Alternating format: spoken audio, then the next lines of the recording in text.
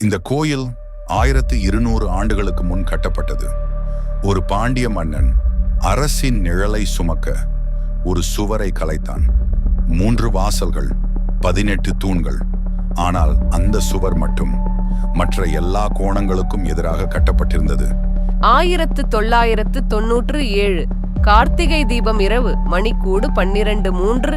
ஒரு பெரும் சத்தம். மறுநிமிடம் அந்த சுவர் சாய்ந்தது. நிலநடுக்கமா? இல்லை, வயல்களில் காற்று கூட இல்ல. ஆனால் அந்த சுவர் மட்டும் விழுந்தது.